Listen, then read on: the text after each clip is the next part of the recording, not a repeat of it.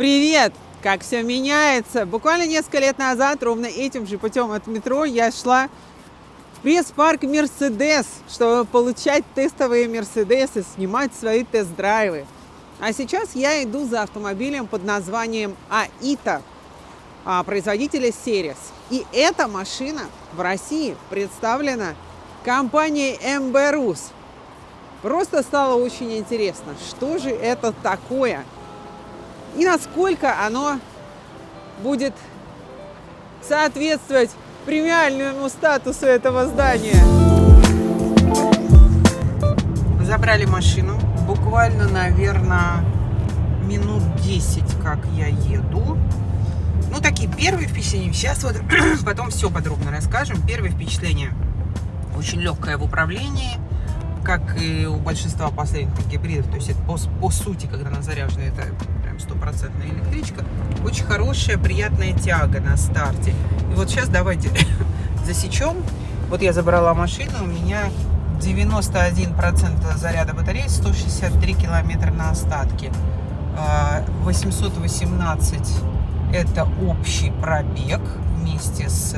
А нет, смотрите, 818 это бензиновые. И 981 это у меня общий пробег. Вот посмотрим, чего там у нас получится. А давайте сейчас еще засечем, что у нас 2743 километра на одометре. Еще вот хотела добавить прям первые такие впечатления. Очень плотненькая ходовка. Вот сейчас даже, может быть, обратили внимание, у нас была колейность, и так вот чуть-чуть раз-раз в бок так тряхануло чуть-чуть. То есть вот такое вот ощущение вот, такого легкого потряхивания. Оно не плохое ни в коем случае. Это не вертикальные вот эти вот удары, а это плотная подвеска. Просто есть машины с комфортной такой развалистой подвеской, как на перине едешь. Нет, это собранная. То есть вот вам понравится, если вы любите плотные собранные подвески. Как едет? Очень понравилось, прям искренне, с удовольствием покаталась, со смаком машинка едет. Умеет она это, хорошо умеет делать. Визуально, ну вы знаете, в моем вкусе скорее никак, чем как-то. Но у нас, слава богу, с вами телевидение, а не радио, поэтому смотрите. Вот интересно, каково ваше мнение, нравится вам визуально эта машина или нет. Это среднеразмерный кроссовер, 4,77 его длина. 2 мотора по осям, то есть он полноприводный, хорошая колесная база, почти 2,9. Дорожный просвет маловат, 15 сантиметров, но для города, даже в такой снегопад, а нам тут повезло со съемочкой, вполне достаточно.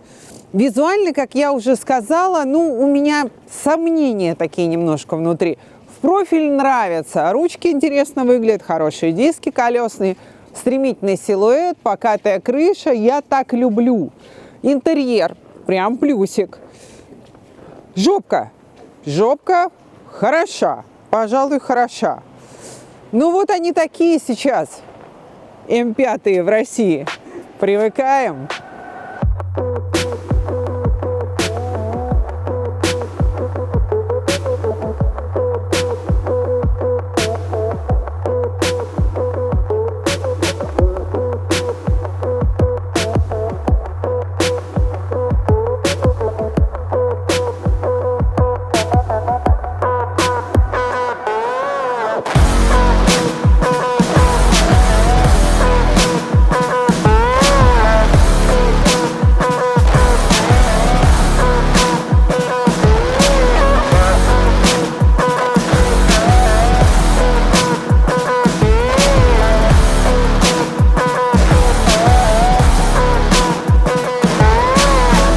И вон она затарахтела, слышите? А ведь говорила, 2 мотора по осям.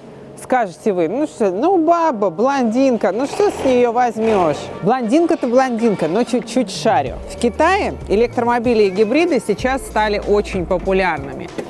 Но китайцы вовремя поняли, что одними электромобилями сыт не будешь. Несмотря на то, что с инфраструктурой зарядной у них получше, чем у нас пока, они все равно понимают, что далеко на электричке не пропутешествуешь.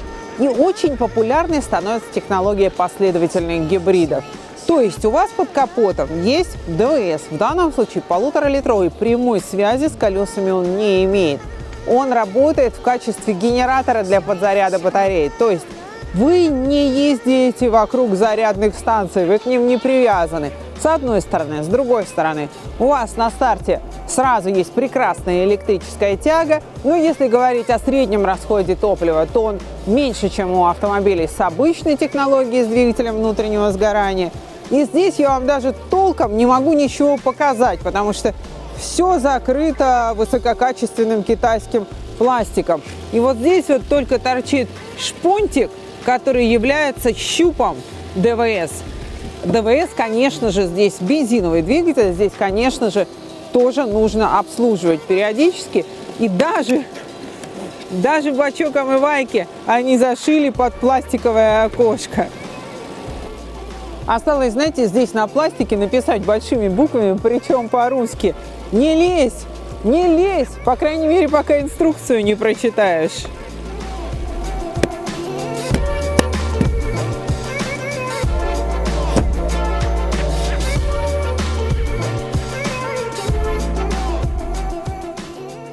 Все упорно говорят о том, что попка напоминает им Макан. Возможно, вот этой вот единым блоком диодной ленты. Возможно, не знаю. Я Макана здесь, конечно, не совсем вижу, хотя, опять же, может быть, я ошибаюсь. Кнопка открытия багажника здесь под задним стеклоочистителем. Багажник не очень большой, 380 литров. Вот. У него есть ниша под полом.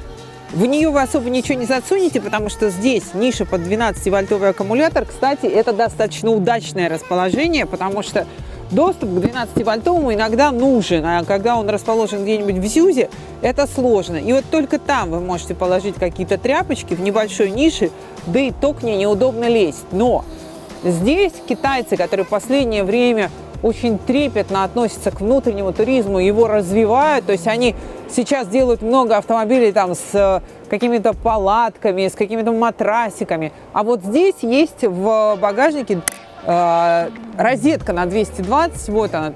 То есть сюда вы вполне можете подключить какое-то оборудование, и наверху здесь есть 12-вольтовая, ну вот она обычная.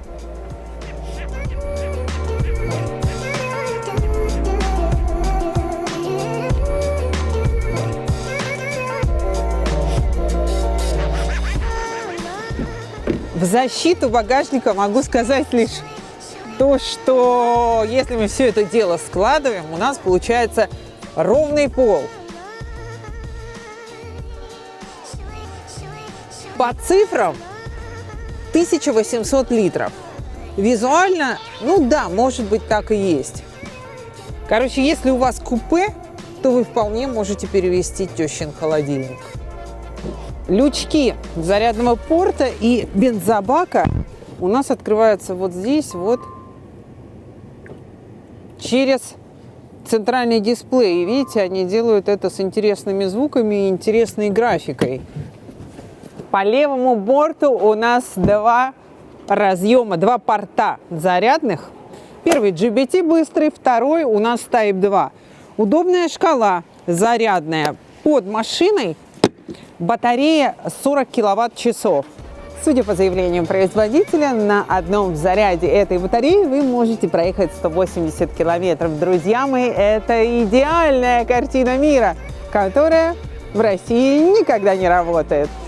Ну, может быть, летом, если вы тихонечко, как черепашка, ползете, но зачем вам тогда такая машина? Она очень круто едет. Короче говоря, зимой, либо если нажимать на гашетку, я думаю, что на 100 километров пробега на одном заряде можете рассчитывать. Но у нас же есть еще ДВС. И если у вас заряд батареи падает процентов до 30-32, то у вас подключается двигатель и начинает работать в качестве генератора. 95-е топливо. И в таком случае, опять же, по заверению производителя, на этой машине вы можете проехать 1200 километров пробега. Короче, вы читайте по опыту известного электромобилиста, я очень давно на электромобилях, вы читайте процентов 30 по зиме. И вот у вас получится реальная цифра.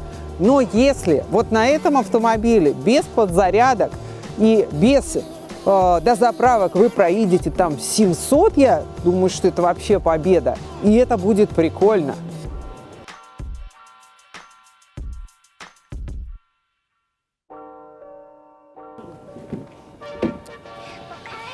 Колесная база здесь, напомню, весьма неплоха. Почти 2,9. 2 метра 88 сантиметров. Вот я уселась сама за собой. Смотрите, для ног места изрядное количество. Немножко мне не нравится, что тут не мягко, но в последнее время в современных автомобилях всегда так делают. Но не мягко я имею в виду в случае, если вы куда-то в дальнем путешествии едете, ну, как бы хочется во что-то мягонькое ножками тыкаться, коленками. Но это я так уже придираюсь. Визуально все очень пристойно. Панорама здоровая, как я люблю. Она заходит за зону того, что вы видите перед собой. А значит, когда на крыше нет снега, у вас ощущение звездного неба или яркого солнца перед глазами. Это очень приятно. Ощущение пространства. Далее, подлокотник здесь обычный, с подстаканничками, ну, в принципе, удобный.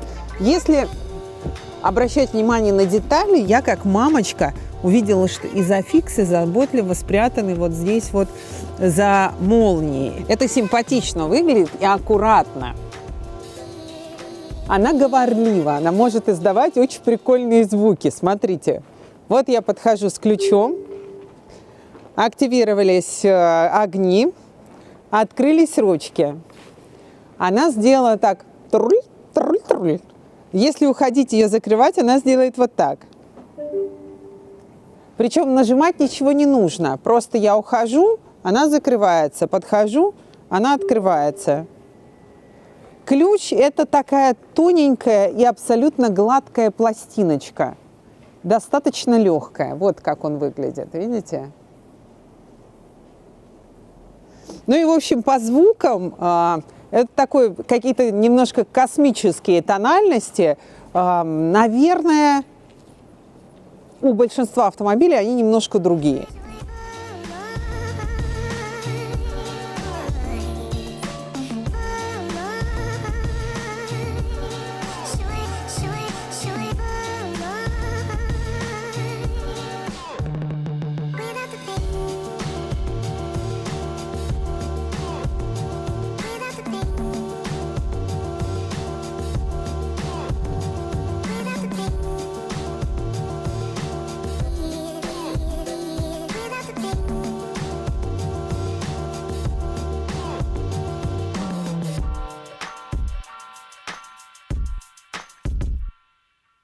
По интерьеру, знаете, у нас очень выигрышный цвет.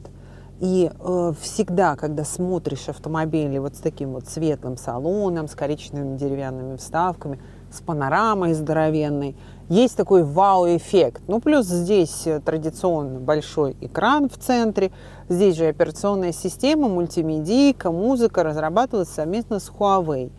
И далее по эргономике, наверное, действительно маловато к чему прикопаться, если вы не такой, как я.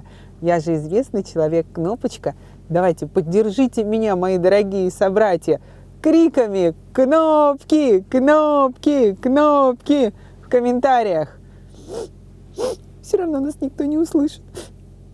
Ну, хоть поплакать. Смотрите, время идет вперед, а значит, от кнопок мы избавляемся, и все зашивается в экран.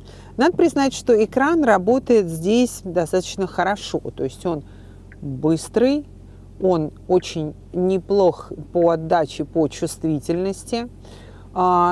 Видите, вот здесь обогрев, вентиляция, массаж. По всему этому я бегаю, все срабатывает достаточно быстро. Включим, давайте мне подогрев, ибо замерзла. И включим массаж, и я вам потом расскажу, как это будет. Так, да я вам сейчас прям расскажу, как это будет. Так, а почему только спина? А я хочу еще и булки. То есть мне здесь, значит, греют, а булки не мнут. Непорядок. Но на самом деле массаж хороший, прям ролики бегают по спине. такие сильно бегают. Я люблю, когда массаж ощутимый. Короче, здесь он ощутимый. Далее, пока все на английском языке. Пока. Сейчас идет разработка русского языка. Ну и также параллельно с этим, скорее всего, будет интеграция российских приложений. Сейчас есть нечто похожее на Mirror Link, вот эту projection. Это вы можете просто проекцию вашего телефона вот сюда воспроизводить на экран автомобиля. Дальше погнали по сеттингсам, по лазим, по настроечкам. Что у нас тут есть? Видите, режимы движения. Эко-комфортно, я в комфорте езжу, на спорт не перехожу, ибо погода. Жалко, что не лето. Я бы с удовольствием на ней погоняла, но, может, летом еще раз возьму. Потому что вот, ну, задорно очень она ездит. По ассистентам.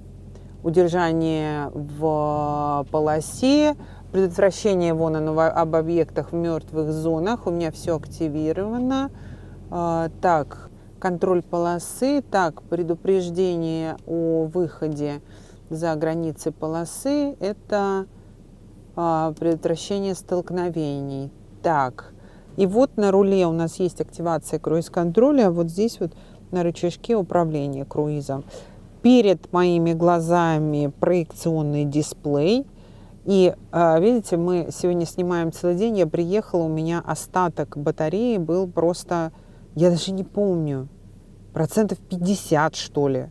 И вот за целый день, пока мы стоим, снимаем и барабаним, у нас был -6, -8 в течение дня. Все, у меня батарея полностью ушла. Просто потому что мы стоим и без конца греемся, мы машину вообще не выключаем.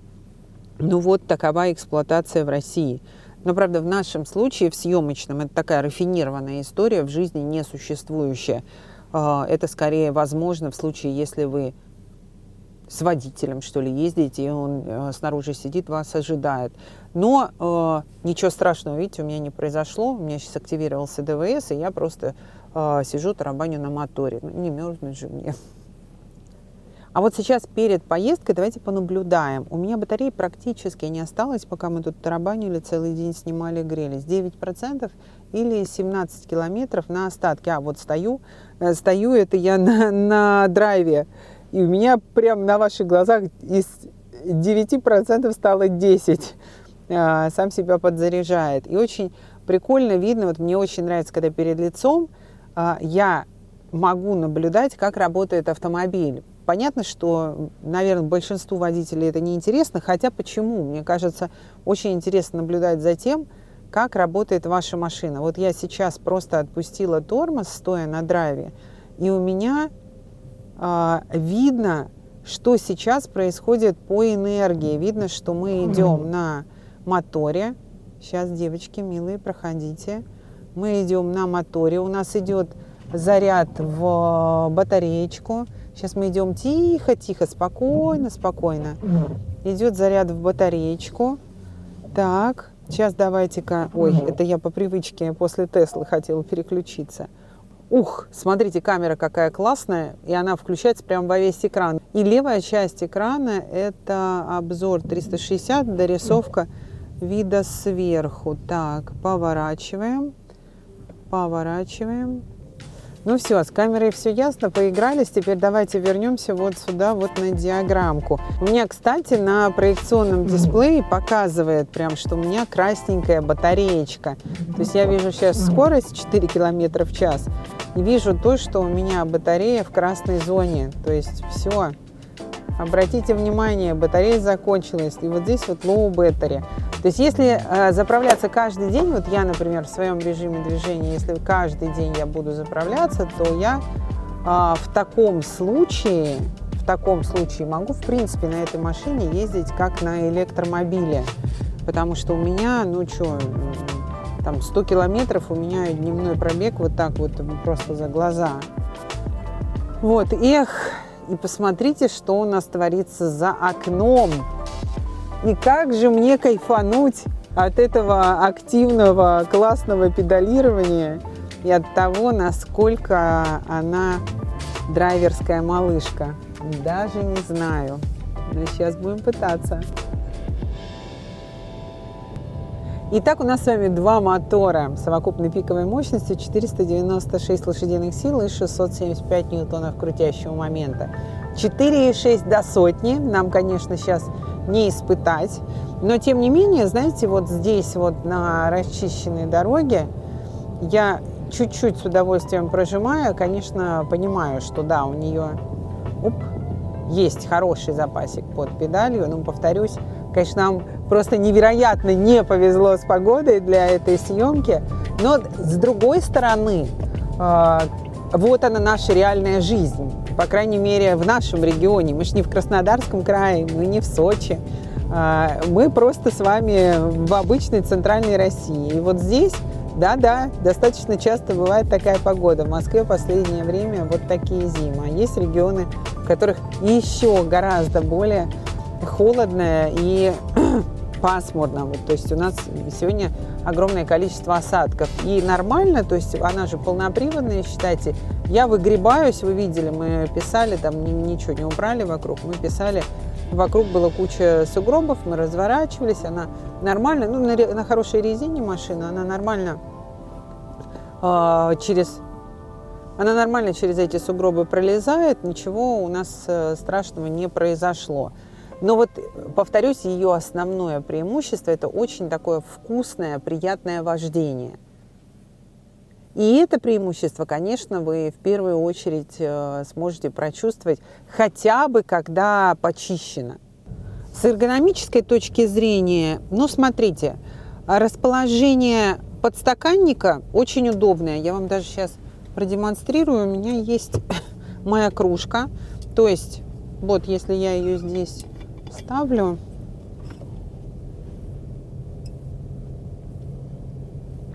будет реально очень удобно ее использовать. Это не всегда так. Мы тут писали недавно какой-то автомобиль был хороший, но у него в такой дыре было. Слушайте, за 22 миллиона мы писали Янван Ю8. В такой дыре были расположены у него подстаканники, что мы прям удивлялись. А для меня это важно. Я в машине зачастую живу. У меня тут и кружка, и чашка, и чайник иногда, не говоря уже о всем моем гардеробе. То есть для меня вот такие вещи важны. То есть каждый раз, если мне доставать откуда-то там из недр земли, мне это просто банально неудобно. А вот как вечером выглядит. Вот я езжу в темное время суток. Красиво выглядит салон, видите, отовсюду льются вот эти вот подсветки, их цвета можно менять, симпатичный экран выглядит. Мои наблюдения, значит, вот я эксплуатирую машину постоянно, езжу, в основном по городу, на трассу не выезжала. И вот стою, если греюсь, у меня выходит практически до нуля батарея, там типа 8% оставалось, я видела. А сейчас, видите, вот я поездила в обычном режиме, пробка в основном была, раз до 19% поднялся заряд. Потом чуть-чуть повтапливала, он упал, потом снова поднялся. То есть все время вот так вот гуляет. Но общая эксплуатация вот зимой все время то чуть-чуть побарабанит у меня ДВС, то в режиме электрички. Вот сейчас у меня электричка 100%, то есть в данный момент батарейка есть на остатке. Мне еще интересно наблюдать вот это Energy Flow, поток энергии, куда идет. Вот, и смотреть, что в итоге у меня получается. Вот у меня все время так, то чуть-чуть побарабанит, то вот сейчас в режиме электрички еду. Итак, МБ Рус, официальный представитель автомобилей АИТА от бренда Seres в России, дает гарантию 2 года или 100 тысяч пробега на автомобиль. На высоковольтную систему 4 года или 80 тысяч пробега. При этом продает эту машину за 5 миллионов 840 тысяч рублей. Подводя мои личные итоги, вот мои личные выводы. Для меня визуально машина простовата, внутри классная, понравилась. Может быть, какие-то мелкие детали, вот эти вставки из пластикового дерева не очень понравились, но это тоже такой вкусофил. Короче, для покупки меня бы это не оттолкнуло. едет очень классно. Вот это прям основное преимущество. Я бы сказала, что из китайских автомобилей, из всех китайских автомобилей, если вы привыкли к вкусному вождению, то есть вам нравится именно ездить за рулем, быть водителем, вам нравится четкость, точность в управлении, вам нравится такая плотненькая подвеска, ну, наверное, это будет самый интересный вариант из всего представленного на рынке, потому что есть другие классные китайские машины, тоже весьма дорогие, но при этом они более плавные какие-то, что ли. Это такая она драйверская. Вот это, безусловно, понравилось.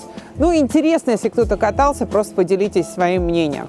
И вот по всему вышесказанному, и зная сейчас цену, давайте ваше мнение, мои дорогие, будет ли она продаваться у нас в России. Целую, обнимаю, пока!